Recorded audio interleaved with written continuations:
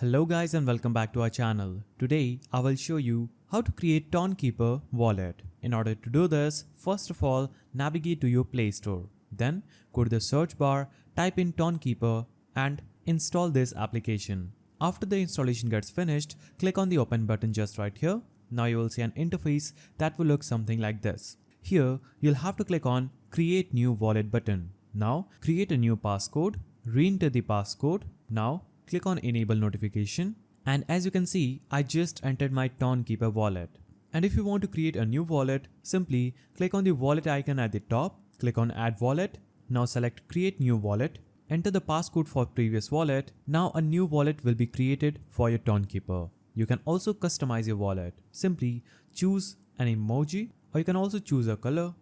After you are done selecting, click on the Save button here. Now, as you can see, I have these two wallets. So that's the simple way to create a Tonkeeper wallet. If you found this video helpful, please don't forget to give it a thumbs up, subscribe and hit that notification bell. And I will see you in the next video.